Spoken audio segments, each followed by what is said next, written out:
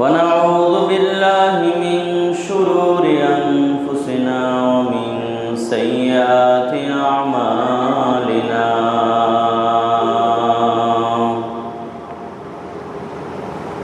من يهده الله فلا مضل له ومن يضلله فلا هادي له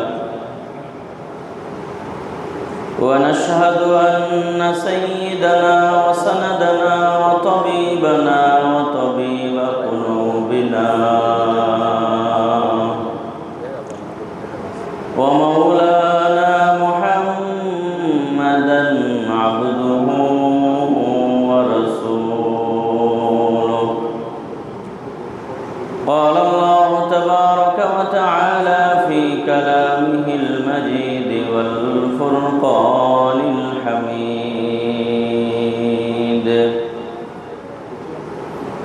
أعوذ بالله من الشيطان الرجيم بسم الله الرحمن الرحيم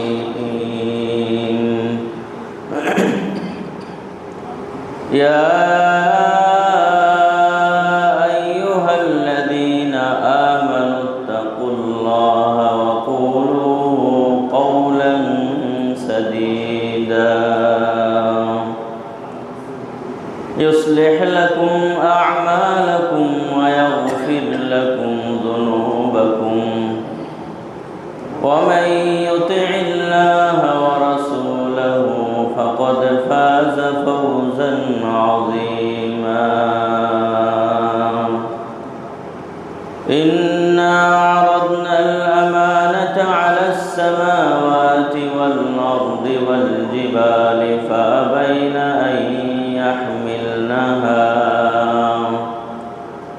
وأشفقن منها وحملها الإنسان إنه كان ظلوما جهولا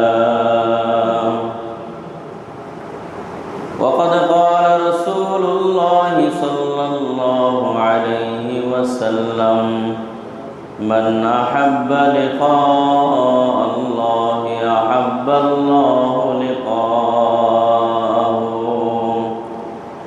ومن كره لقاء الله كره الله لقاءه رواه الإمام مسلم رحمه الله تعالى في صحيح أو كما قال رسول الله صلى الله عليه وسلم لا إله إلا الله من نقطانه لا إله إلا الله में नुक़ता नहीं देखिए क्या रमज़ है कुदरत की इस पैगाम में अब इज़ाफ़ा गैर मुमकिन है मोहम्मद की कसम अब इज़ाफ़ा गैर मुमकिन है मोहम्मद की कसम एक नुक़्ता की भी गुंजाइश नहीं इस्लाम में एक नुक़्ता की भी गुंजाइश नहीं इस्लाम में मोहब्बतेर साथे सकले एकटु जिकिर करी ला इलाहा इल्लाल्लाह لا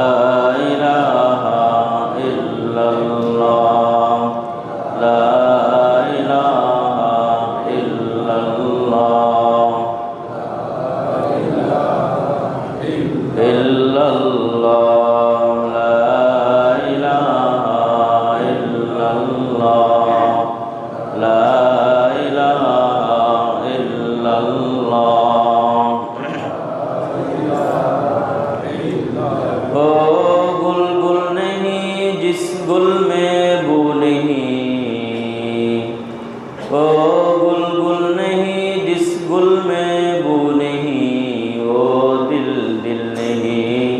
जिस दिल में अल्लाह नहीं ला इलाहा इल्लल्लाह इलाहा इल्लल्लाह ला इलाहा इल्लल्लाह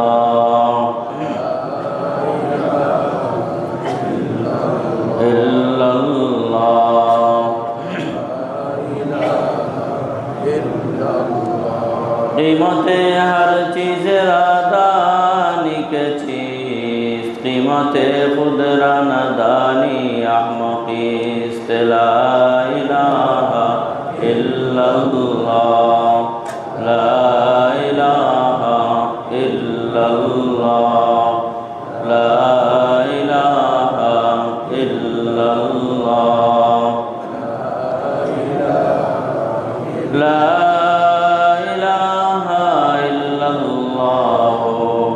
मुहम्मदुर रसूलुल्लाह।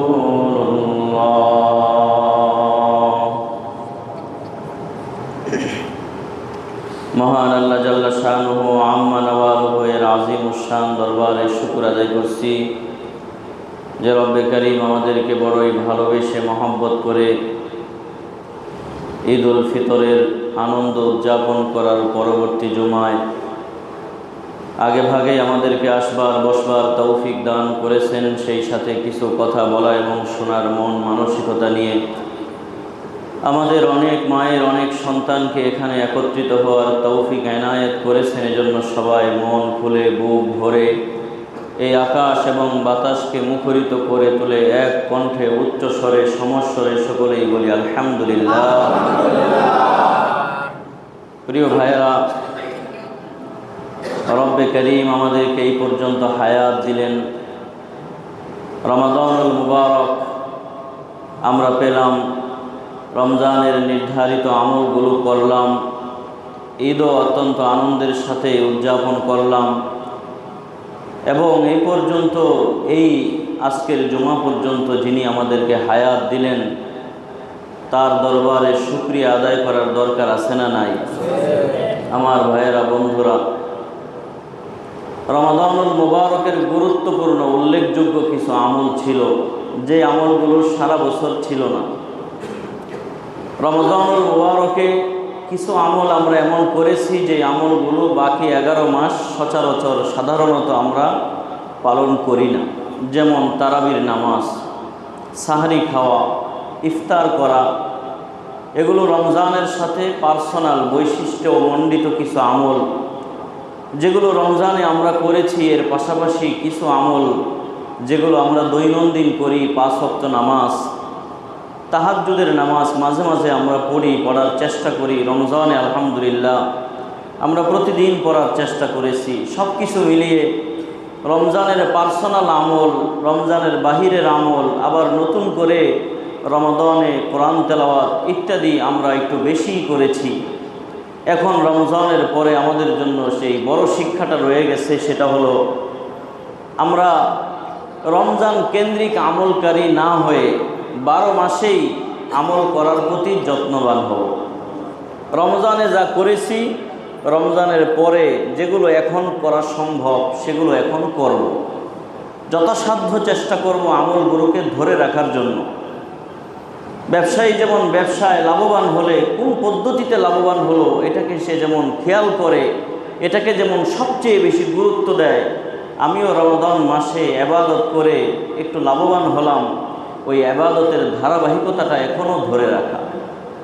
প্রিয় ভাইয়েরা, বন্ধুরা, রমজান মাস চলে গেল, এখন আসলো আমাদের মাঝে শাওয়াল মাস। শাওয়াল মাসও বড় বরকতময় মাস, কারণ রমজান যে আল্লাহ তাআলা দিয়েছেন, শাওয়াল মাসও সেই আল্লাহ তাআলাই দিয়েছেন। রমজানের মধ্যে যে আল্লাহ তাআলা বরকত দিতে পারেন, সেই আল্লাহ তাআলা শাওয়ালের মধ্যেও বরকত দিতে পারেন কি পারেন না? এজন্য আরব সালাফদের বক্তব্য, আরব শায়েখদের বক্তব্য, কুনু রব্বানিয়িন লা রমাদানিয়িন, তোমরা তো রব্বানি হও, আল্লাহওয়ালা হও, আল্লাহর জন্য পাগল করা হও, রমজানই হয়েও না, মাস কেন্দ্রিক ইবাদত করেনেওয়ালা তোমরা হয়েও না।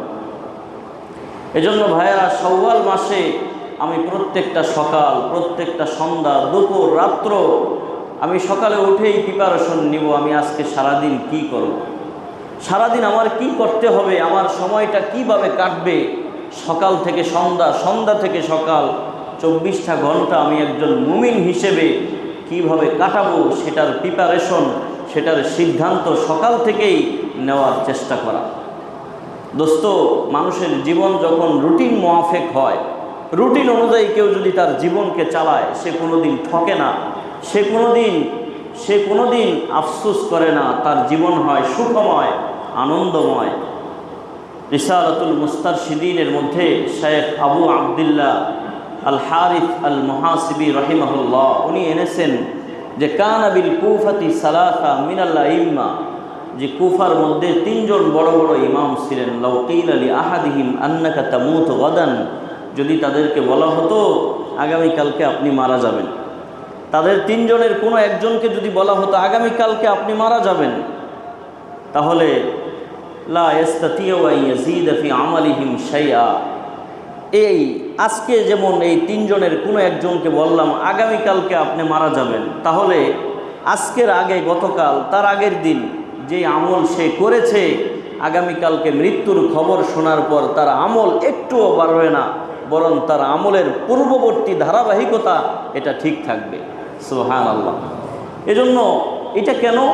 কারণ সে তো আজকের আগে তার পুরো জীবনটাকে সে একটা নিয়ম মাফিক, একটা নিয়ম অনুযায়ী পরিচালনা করেছে। সকালবেলা কি করবে, দুপুরবেলা কি করবে, রাত্রিবেলায় কি করবে, কিভাবে তার সময় কাটাবে, কতটুকু সময় সে কিতাব মোতালা করবে, কতটুকু সময় সে অধ্যয়ন করবে, কতটুকু সময় সে কোরআন তেলাওয়াত করবে, কতটুকু সময় 5 ওয়াক্ত নামাজে রবের দরবারে হাজিরা দিবে, কতটুকু সময় সে তাহাজ্জুদের নামাজে কাটাবে, রবকে ওই ভোর রাত্রে স্মরণ করবে।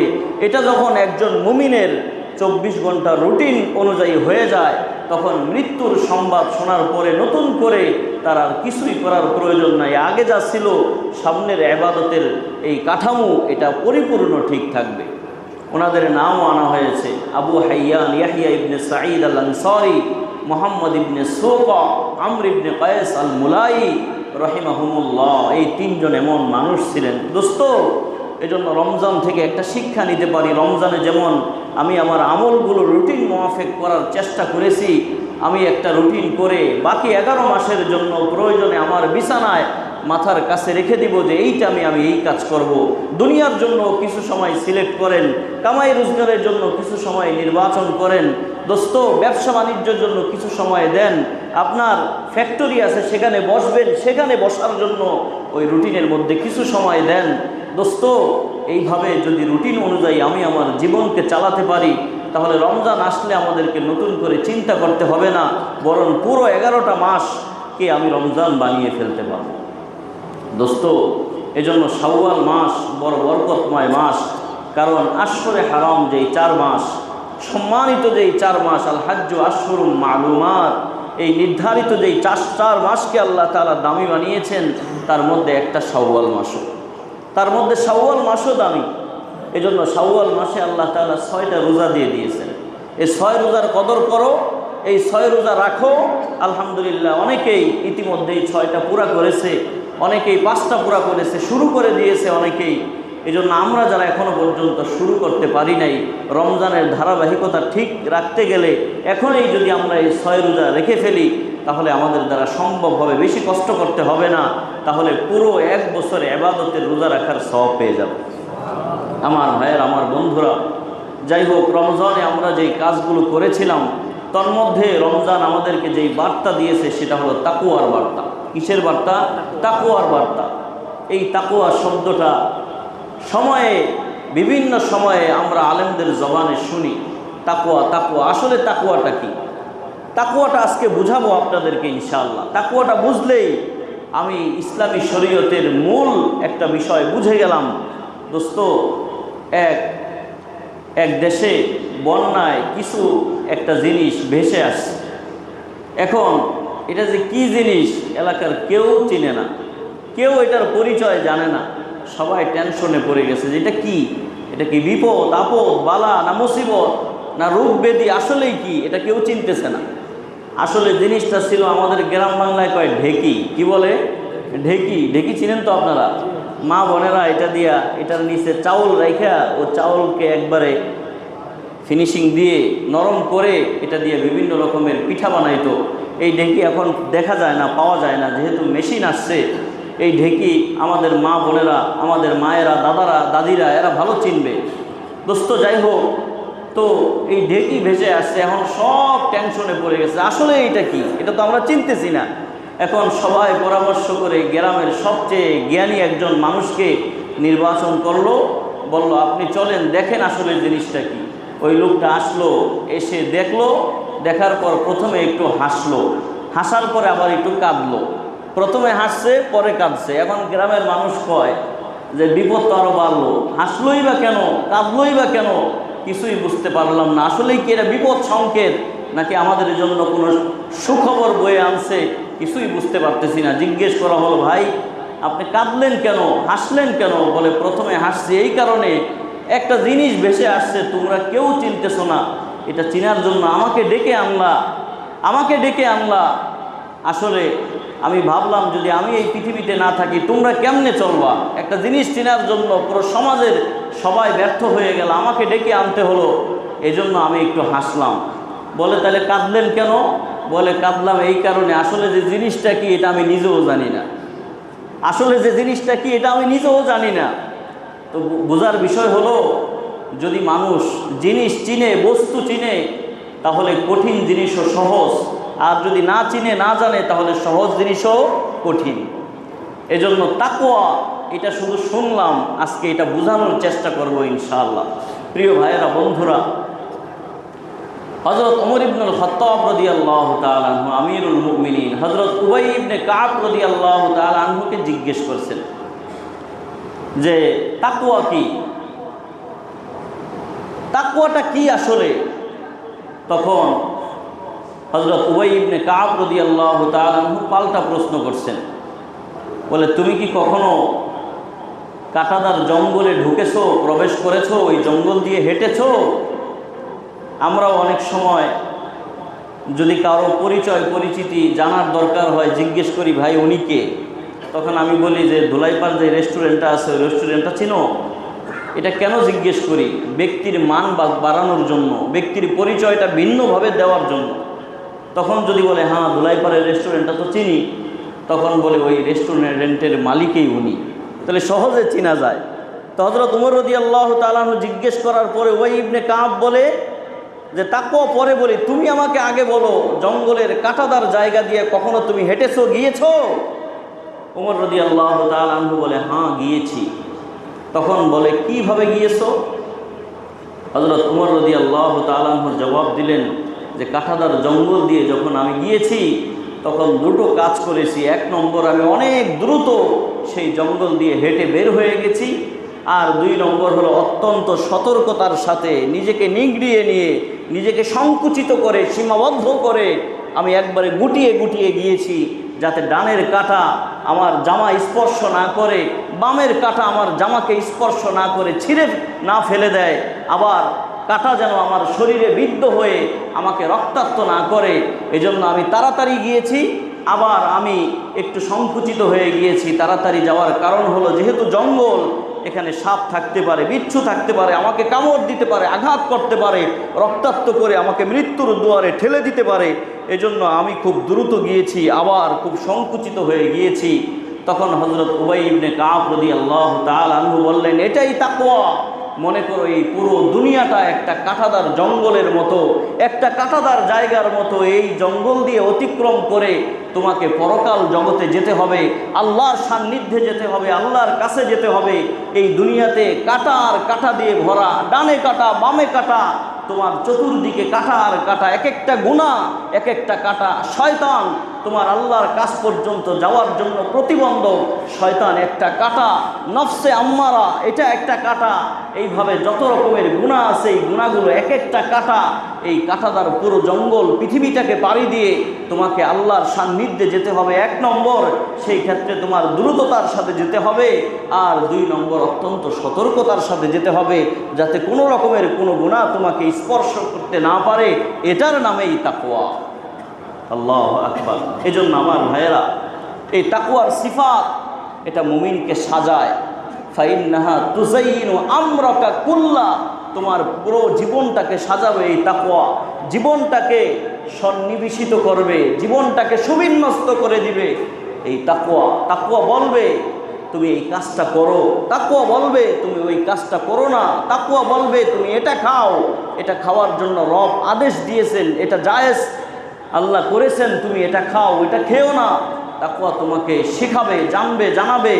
তাকওয়া তোমার রান্নাঘর থেকে সংসদ ভবন পর্যন্ত পুরো জীবনটাকে গুছিয়ে দিবে। দোস্ত, এজন্য তাকওয়ার সিফাত রমজানের মধ্যে আমরা যেমন একটু অর্জন করেছিলাম, কোনোভাবেই যেন ওই সিফাত থেকে আমরা বের হয়ে না যাই। ও আমার ভাইয়েরা, বন্ধুরা, এবার দ্বিতীয় সংজ্ঞা, যেই সংজ্ঞাটা দিয়েছেন সাইয়্যিদিনা আলী ইবনে আবি তালিব রাদিয়াল্লাহু তাআলা আনহু, রাসূলুল্লাহ বলেছেন, আনা দারুল হিকমা ওয়া আলিয়ুন বাবুহা, আনা মদিনাতুল ইলম ওয়া আলিয়ুন বাবুহা। যদিও এটা সরাসরি সহিহ হাদিস নয়, তবে এর মর্মার্থ এটা একেবারেই সহিহ। রাসূল সাল্লাল্লাহু আলাইহি ওয়াসাল্লাম বলেছেন, আলী তো, আমি তো জ্ঞানের শহর, আর আমি তো জ্ঞানের বিশাল বড় এক নয়নাভিরাম অট্টালিকা, আর সেই শহরের দরজা হলো আলী। তো আলী রাদিয়াল্লাহু তাআলা আনহুর সংজ্ঞা দিয়েছেন। আমার ভাইয়ের, আমার বন্ধুরা, সাইয়্যিদনা আলী ইবনে আবি তালিব রাদিয়াল্লাহু তাআলা আনহু বলেন, তাকওয়া হলো চার জিনিসের নাম। কয় জিনিসের নাম? চার জিনিসের নাম হলো তাকওয়া।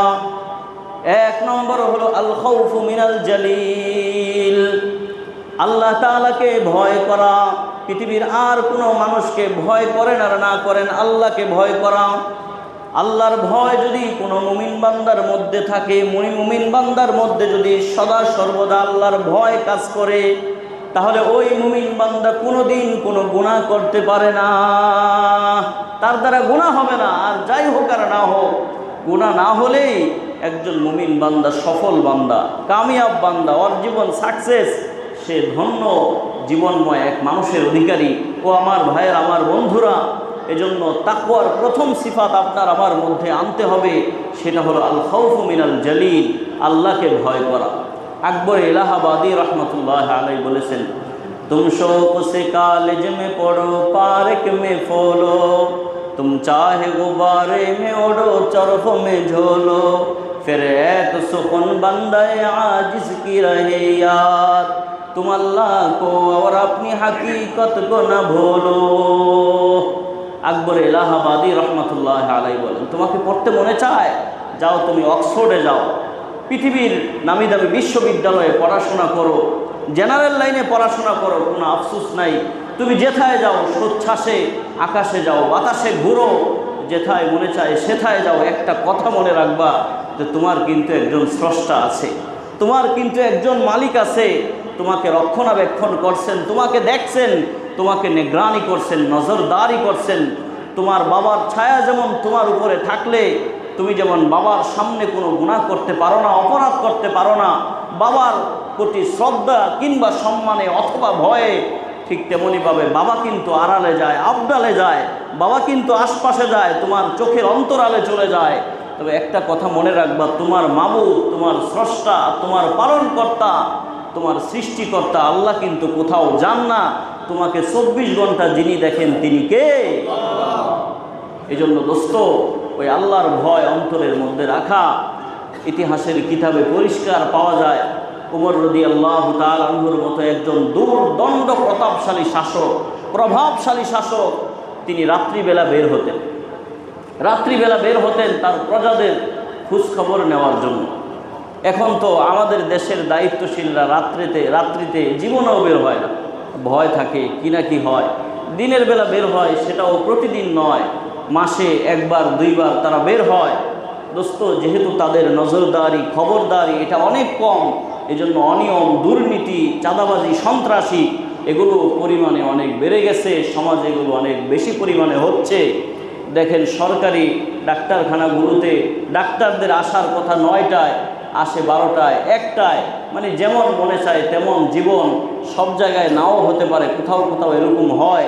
কিন্তু যদি একদিন খবর পায় আজকে স্বাস্থ্যমন্ত্রী আসবে, তখন বলেন ডাক্তার প্রতিদিন আসে 12টায়, 11টায়, আজকে 9টার জায়গায় 6টা বাজে এসে উপস্থিত হয়ে যায়। যদি ধরা খেয়ে যায় তাহলে তো আমার চাকরি থাকবে না।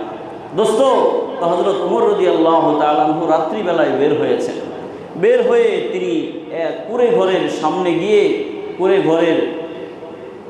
কুঁড়ে ঘরের সামনে দাঁড়িয়ে তিনি কান পেতে ভেতর থেকে আওয়াজ শুনতে পেলেন। দুজন মানুষ কথা বলছেন। একজনের গলা একটু বয়স্ক মানুষের গলার মতো, আরেকজনের গলা একটু ছোট্ট মানুষের মতো, ছোট্ট বালিকা কিশোরীর মতো তার আওয়াজ। ওমর রাদিয়াল্লাহু তাআলা আনহু কান পেতে আওয়াজগুলো শুনতেছিলেন। এটাকে বলা হয় গোয়েন্দাগিরি করা।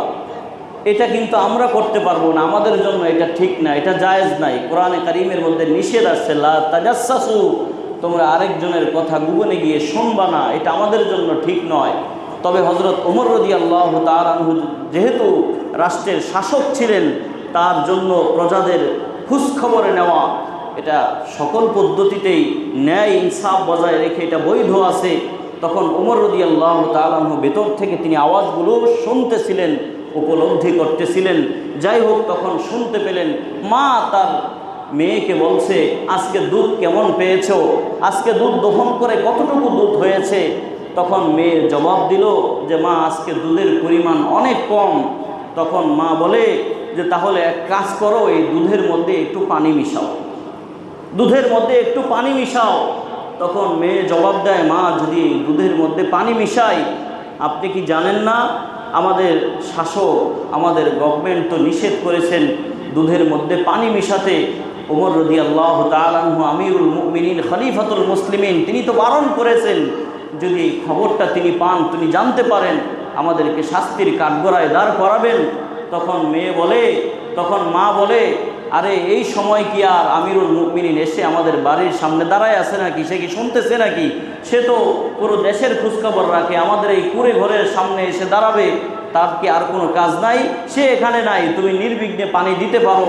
দ্বিতীয় কথা হলো, পানি যদি দেই তাহলে এই দুধ বিক্রি করে আমরা তো আর শিল্পপতি আর ধনাঢ্য ব্যক্তিতে রূপান্তরিত হব না, বরং আমরা কোনো রকম খেয়ে পরে সংসার নিয়ে চলতে পারবো, এটা তেমন অসুবিধা নেই। তখন মেয়ে বলে, দেখেন, আজকে আপনি আমিরুল মুমিনিনের কথা বলছেন, আমিরুল মুমিনিন এখানে নেই, তবে আপনার কাছে আমি জিজ্ঞেস করতে চাই, যদি এই সীমানায় আমিরুল মুমিনিন না থাকে, আমার বাড়ির আঙ্গিনায় যদি আমিরুল মুমিনিন দাঁড়িয়ে না থাকেন, তাহলে আমিরুল মুমিনিনের যিনি স্রষ্টা, সে আল্লাহ তাআলা কোথায় আছেন? সে আল্লাহ তাআলা কোথায় আছেন?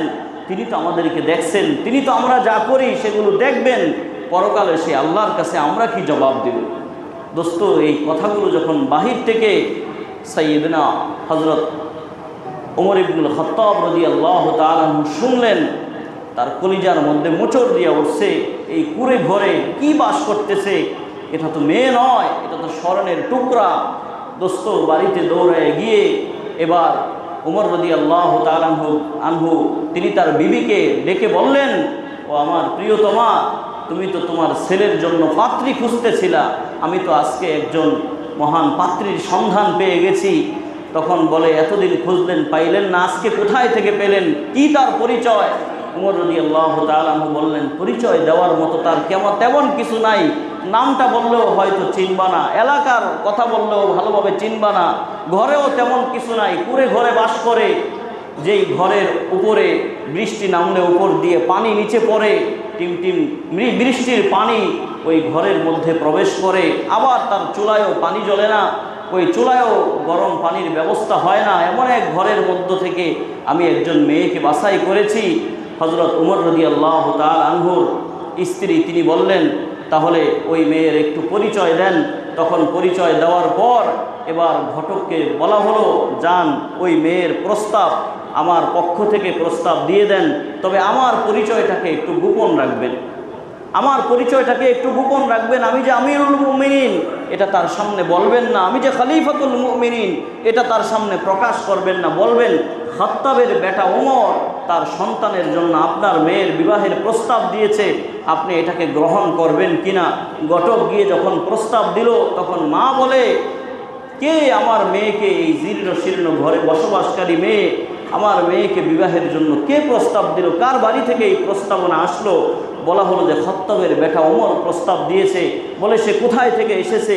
বলে, মক্কা থেকে হিজরত করে মদিনায় এসেছে।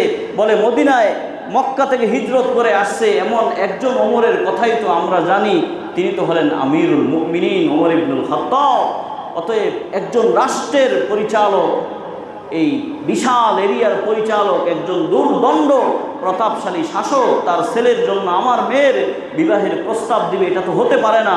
আপনি কি আমার সাথে মশকরা করছেন? হযরত ওমর রাদিয়াল্লাহু তাআলা আনহু তখন এসে নিজে আশ্বস্ত করে বললেন, না, তোমার মেয়ের একটা জিনিস আমার কাছে ভালো লেগেছে, আর কোনো গুণ যোগ্যতা থাকুক আর না থাকুক, একটা যোগ্যতা আমাকে মুগ্ধ করেছে।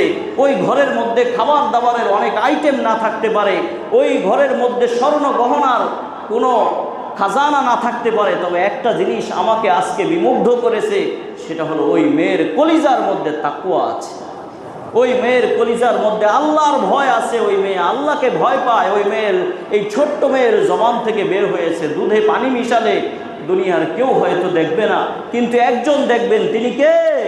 আল্লাহ।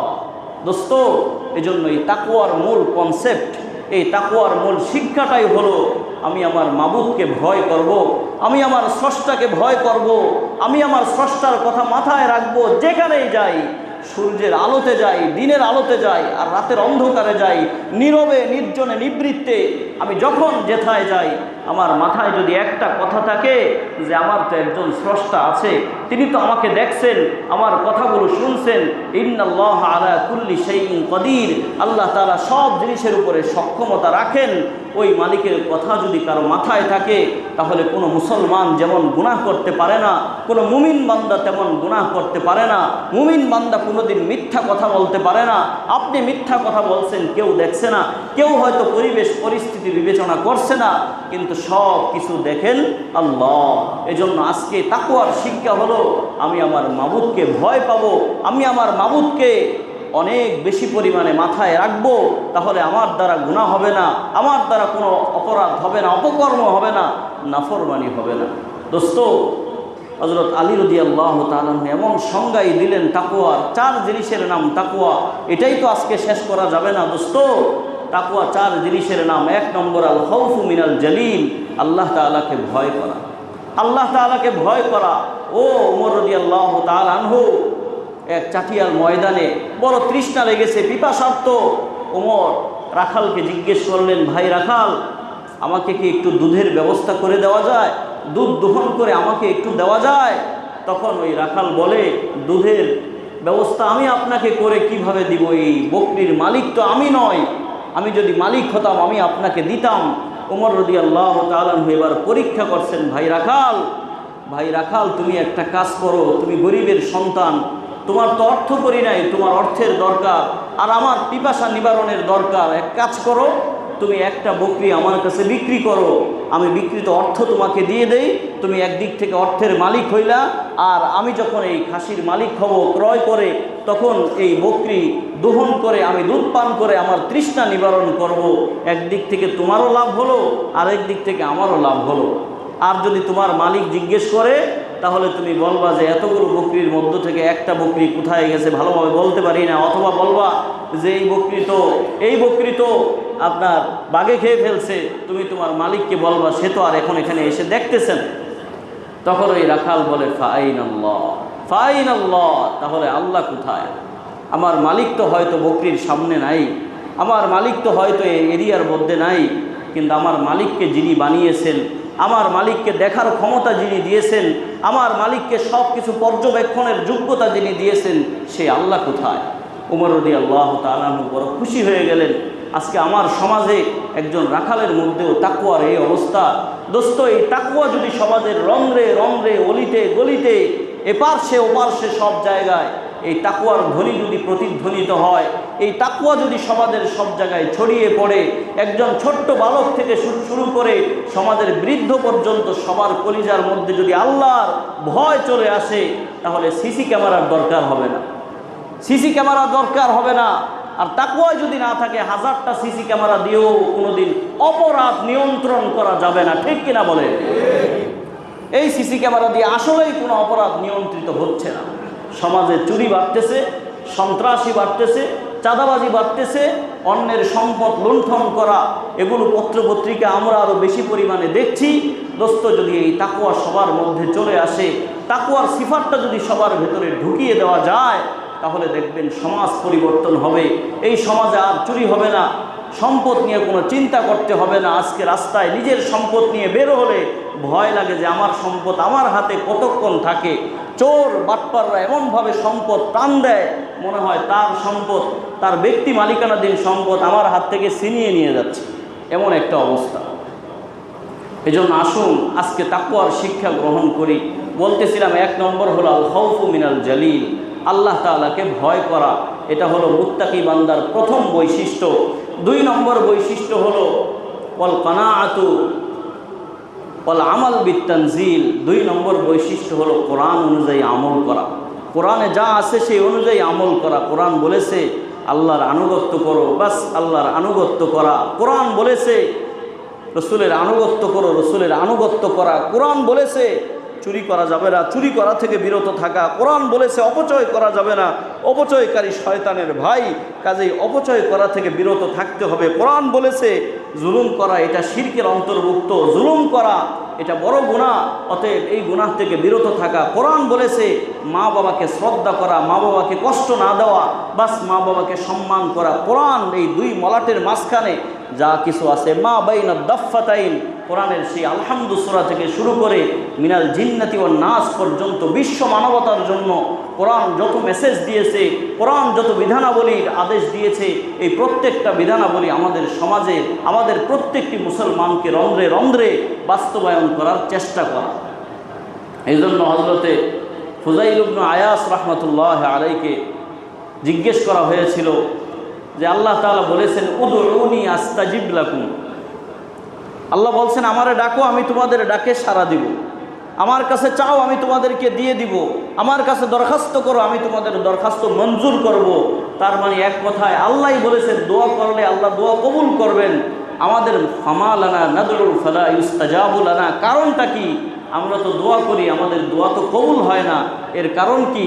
তখন হযরতে ফুযাইল ইবনে আয়াস নয় বরং ইব্রাহিম ইবনে আদহাম রাহমাতুল্লাহ আলাইহি তিনি জবাব দিলেন লিআজরি খামসাতি আশিয়া, 5 কারণে আমরা দোয়া করি কিন্তু আমাদের দোয়া কবুল হয় না। বলেন কয় কারণে? 5 কারণে। 1 নম্বর কারণ আরাফতুমুল্লাহ ফালাম তুআদ্দু হাক্কাহু, 1 নম্বর আরাফতুমুল্লাহ ফালাম তুআদ্দু হাক্কাহু, তোমরা আল্লাহকে চিনো, আল্লাহর পরিচয় জানো। জিজ্ঞেস করলে বলো আল্লাহ কে? তখন বলে আল্লাহ আমাদের সৃষ্টিকর্তা, আল্লাহ আমাকে মায়ের গর্ভ থেকে পৃথিবীর আলো বাতাস দেখিয়েছেন, এই পর্যন্ত পৌঁছিয়েছেন, যখন যেটার দরকার সেটা ব্যবস্থা করেছেন, তিনি আমাদের রব, তিনি আমাদের পালনকর্তা।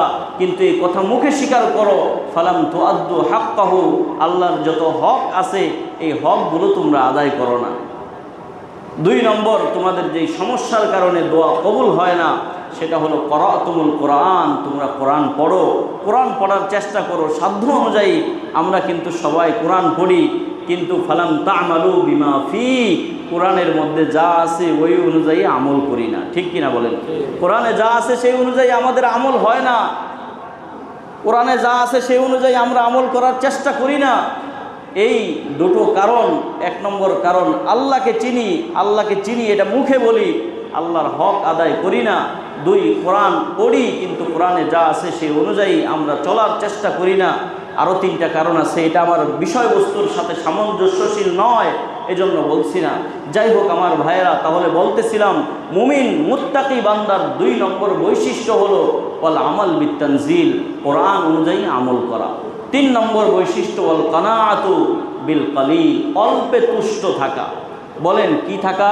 অল্পে তুষ্ট থাকা। আল্লাহ আমারে যতটুকু দিছে, মাস শেষে আমি যতটুকু ওজিফা পাই, মাস শেষে আমি যতটুকু বেতন পাই, আমাকে আল্লাহ তাআলা যতটুকু কামাই রোজগার করার তৌফিক দিয়েছেন, আমার সন্তান যতটুকু কামায় ততটুকুর মধ্যেই আমি সংকুচিত থাকা, সীমাবদ্ধ থাকা, যে আল্লাহ আলহামদুলিল্লাহ আমাকে যতটুকু দিছেন। আমার আশপাশের এমন অনেক মানুষ আছে এতটুকুও তো পায় না, 3 বেলা তো খাবারই খেতে পারে না, সেই তুলনায় আল্লাহ আমাকে ভালো রেখেছেন। লোভ না করা, বিশেষ করে পরের সম্পদের প্রতি লোভ না থাকা। এখন সমাজে যত জঞ্জাল হয়, ঝামেলা হয়, কাটাকাটি, মারামারি, হানাহানি হয়, এর মূল কারণ হলো লোভ। ঠিক কিনা বলেন? এই লোভের কারণে ভাই ভাইয়ের গায়ে হাত তুলে, এই লোভের কারণে সন্তান হয়ে বাবার গায়ে হাত তুলে, এই লোভের কারণে সন্তান হয়ে মায়ের গায়ে হাত তুলে, এই লোভের কারণে অন্যের সম্পদ আত্মসাৎ করে, এই লোভের কারণে একে অপরের উপরে জুলুম করে। ঠিক কিনা বলেন? এই লোভের কারণে অন্যের আইল নিয়ে ঠেলাঠেলি করে, অন্যের আইলে গিয়ে অন্যের সীমানার মধ্যে গিয়ে 2-3 হাত পর্যন্ত দখল করে ওই সীমানার শেষে গিয়ে এমন ভাব লয়ে দাঁড়ায় মনে হয় তার সীমানার মধ্যে আরও 3-4 হাত জায়গা সে পাবে, এমন একটা অবস্থা। 3-4 হাত জায়গা এমনিতেই নিচে, আরও কত দূরে গিয়ে দাঁড়িয়ে এমন একটা ভাব দেখায় মনে হয় ভেতরে আরও 3-4 হাত সে পাবে, এমন একটা অবস্থা। অথচ যাওয়ার সময় কি এগুলো নিয়ে যেতে পারবে? এটা সম্ভব? কোনোদিনও সম্ভব নয়। এজন্য ভাইয়েরা, বন্ধুরা, বাবারা, পর্দার আড়ালের মা ও বোনেরা, এই আওয়াজ যারা শুনছেন, মাইকের আওয়াজ যাদের কর্ণকুহরে যাচ্ছে, সকলকে বলছি অল্পে তুষ্ট থাকেন। রব আপনাকে যতটুকু দিয়েছেন তার মধ্যেই আপনি সন্তুষ্ট থাকেন। আপনি বুঝেন যে আল্লাহ আমারে যা দিয়েছেন ভালোবাসেন বলে এতটুকু দিয়েছেন। অনেক বেশি দেওয়ার মধ্যে কোনো কামিয়াবি নাই, অনেক বেশি পাওয়ার মধ্যেও কোনো লাভ নাই। কত ধনীরা সারা বছরে এক ওয়াক্ত নামাজ পড়ে না, ঈদের নামাজ পড়ে না, জুমার নামাজটা পর্যন্ত পড়ে না। এমন ধনী হয়ে কী লাভ? যে রব ধনী বানালেন ওই রবের কথাই তাদের মাথায় থাকে না, ওই রবকেই তারা ডাকতে পারে না। আল্লাহ আমারে কম দিলে দিছেন, কিন্তু আমি তো আমার মালিককে ডাকতে পারি। আমি তো 5 বেলা মসজিদে এসে নামাজ পড়ে আমার রবের দরবারে একটু সিজদা দিয়ে মাথা অবনত করতে পারি, বাস এটাই আমার জন্য শুকরিয়ার বিষয়। তাহলে 3 নম্বর মুত্তাকি বান্দার বৈশিষ্ট্য কি? অল্পে তুষ্ট থাকা। 4 নম্বর আল ইস্তেদাদ লিয়াউমির রহিল। আল ইস্তেদাদ লিয়াউমির রহিল, এটা আপনি আজকে মানতে বাধ্য হবেন, কারণ এটা এমন একটা বিষয়, এটা হিন্দুরাও মানে, বৌদ্ধরাও মানে, খ্রিস্টানরাও মানে, কেউ কেউ আছে আল্লাহরে মানে না, আল্লাহকে বিশ্বাস করে না, স্রষ্টা বলতে কিছু আছে এটা স্বীকার করতে চায় না। তারাও পর্যন্ত বিশ্বাস করে আমাকে এই পৃথিবী থেকে একদিন বিদায় নিতে হবে, আমাকে কবরের জগতের বাসিন্দা হতে হবে, অতি সত্বর এই পৃথিবী থেকে বিদায় নিয়ে আমাকে দুনিয়ার মায়া, মমতা, হৃদ্যতা, ভালোবাসা সব কিছুকে ত্যাগ করে পরকাল জগতে পাড়ি দিতে হবে। বলেন এই কথার বিশ্বাস সকলের মধ্যে আছে না নাই? আল ইস্তেদাদ লিয়াউমির রহিল। লাইসাল গরিবু গরিব আশ-শামি ওয়াল ইয়ামান, ইন্নাল গরিবা গরিব আল-লাহদি ওয়াল কাফান। শামে সফর, এটা প্রকৃত সফর নয়। সিরিয়ায় সফর, এটা প্রকৃত সফর নয়। দোস্ত, সৌদি আরবে সফর, এটা প্রকৃত সফর নয়। মালয়েশিয়া, ইরানে সফর, এটা প্রকৃত সফর নয়, বরং মূল সফর হলো ওই কবরের সফর। এজন্য ওয়াতাজাওয়াদু ফাইন্না খায়রাজ যাদ আত-তাকওয়া। ভাই, তাকওয়া অর্জন করেন, তাকওয়ার সামান যোগান, কারণ পরকালের সবচেয়ে কার্যকর পাথেয় হবে এই তাকওয়া। অতএব আপনাকে আমাকে মৃত্যুর কথা স্মরণ রাখতে হবে। আপনারা নাম শুনেছেন শাহ সিকান্দার, একজন দুনিয়ার প্রভাবশালী বাদশাহ ছিলেন। এই সিকান্দার বাদশাহ মৃত্যুর আগ মুহূর্তে ওসিয়ত করে গেছেন, আমি মৃত্যুর পরে তোমরা যখন আমাকে খাটিয়ার উপরে উঠাবে তখন কাফনের কাপড়ের 2 পাশ দিয়ে আমার 2 হাতকে এইভাবে বের করে দিবা, খালি হাত এইভাবে বের করে দিবা। তো যখন তার মৃত্যু হয়ে গেল, তার এই ওসিয়তকে বাস্তবায়ন করার জন্য ঠিক তিনি যেমন বলেছেন তেমনটাই করা হলো। আসলে কেউ যদি ওসিয়ত করে যায় এমন বিষয়ে, যে বিষয়টা শরীয়তের সাথে সাংঘর্ষিক না হয়, ইসলামের সাথে যদি সাংঘর্ষিক না হয়, এমন ওসিয়ত বাস্তবায়ন করা এটা জায়েজ আছে। তো বাদশাহ সিকান্দার উনি যখন ইন্তেকাল করলেন, লাশটার আপনার খাটিয়ার 2 পাশ দিয়ে তার 2 হাত এইভাবে বের করে দেওয়া হলো। এখন যারা সাধারণ মানুষ, এরা মনে মনে বলে যে সারা জীবন মানুষ এটা নিচে খাইছে, এখনও মরার সময় কেমন যেন মানুষে বলতেছে যার কাছে যা পামু এগুলো দিয়ে দেয়, কেমন যেন এটা বলতেছে। এখন সবাই হাসাহাসি করে। দূর থেকে দেখা গেল একজন মানুষ, বুদ্ধিমান মানুষ, সে কান্নাকাটি করতেছে। জিজ্ঞেস করা হলো, সবাই কান্নাকাটি করে, তুমি সবাই হাসাহাসি করে, তুমি কেন কান্নাকাটি করছো?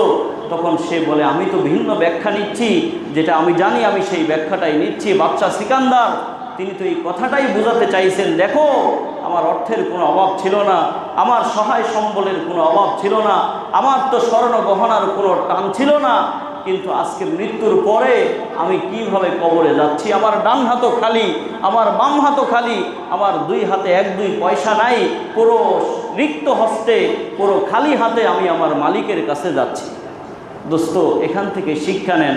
আপনার আমার সম্পদ, এই সবার সম্পদ যোগ দিলেও কি বাদশাহ সিকান্দারের সম্পদের 10 ভাগের 1 ভাগ হবে? 1000 ভাগের 1 ভাগ হবে? হবে না। তার পরিস্থিতি যদি এমন হয়, দুনিয়ার সব প্রভাবশালী শাসকরা যদি এইভাবে খালি হাতে বিদায় নিতে পারেন, তাহলে আমি তো নিশ্চিত আপনাকে, আমাকে, আমাদের সবাইকে ঠিক একইভাবে খালি হাতে পরকাল জগতে চলে যেতে হবে। কাজেই মৃত্যুর কথা যদি একটু স্মরণ করি, প্রতিদিন মোরাকাবায় বসে 2-1 বার যদি একটু মৃত্যুর কথা ভাবি যে আমাকেও এইভাবে খালি হাতে চলে যেতে হবে, আমি কিছুই নিয়ে যেতে পারবো না, আমি এত কষ্ট করে টাইলস করলাম, আমার গোসলখানা নির্মাণ করলাম, সেখানে আমি আজকে গোসল করি 1 বার 2 বার 3 বার গোসল করি গরমের মৌসুমে, আমার মৃত্যুর পরে শেষ গোসলটা তো সেখানে হবে না, আমাকে তো বাহিরে নিয়ে যাওয়া হবে, মশারি টানিয়ে আমাকে তো বাহিরেই শেষ গোসলটা দেওয়া হবে। এগুলো যদি একটু ভাবেন তাহলে ঈমান তাজা হবে এবং আপনার মধ্যে তাকওয়ার সিফাত আসবে। এই চিন্তাটা যদি আমরা প্রত্যেকেই করি, সবার মধ্যে তাকওয়ার গুণ আসবে, আর তাকওয়ার গুণ আসলে আমরা মুত্তাকি হতে পারবো। আর মুত্তাকি হলে কি হবে? এক কথাই বলছি, আল্লাহ কোরআনের মধ্যে বলেছেন, ওয়াতিলকাল জান্নাতুল্লাতী নুরিসু মিন ইবাদিনা মান কানা তাকিয়া। ও আমার মুত্তাকি বান্দারা, কি দিলে খুশি হইবা এটা তো আমি জানি, আমি আল্লাহ জানি। তোমাদেরকে আমি যেই জিনিসটা দিব, মুত্তাকি হয়ে গেলে সেটা হলো পরকালে তোমাদেরকে আমি জান্নাত দিয়ে দেব। এজন্য আমরা সবাই ইনশাআল্লাহ এই আলী রাদিয়াল্লাহু তাআলা আনহু যেই কথা বলেছেন, তাকওয়ার 4 গুণ: 1 নম্বর আল্লাহকে ভয় করা, 2 নম্বর কোরআন অনুযায়ী আমল করা, 3 নম্বর অল্পে তুষ্ট থাকা, 4 নম্বর কবরের জগতে যাওয়ার জন্য প্রস্তুতি গ্রহণ করা। যেই কথাগুলো বললাম, আল্লাহ তাআলা বলনেওয়ালা শুননেওয়ালা প্রত্যেককে আমল করার তৌফিক দান করেন। ওয়া আখিরু দাওয়ানা আনিল হামদুলিল্লাহি রাব্বিল আলামিন।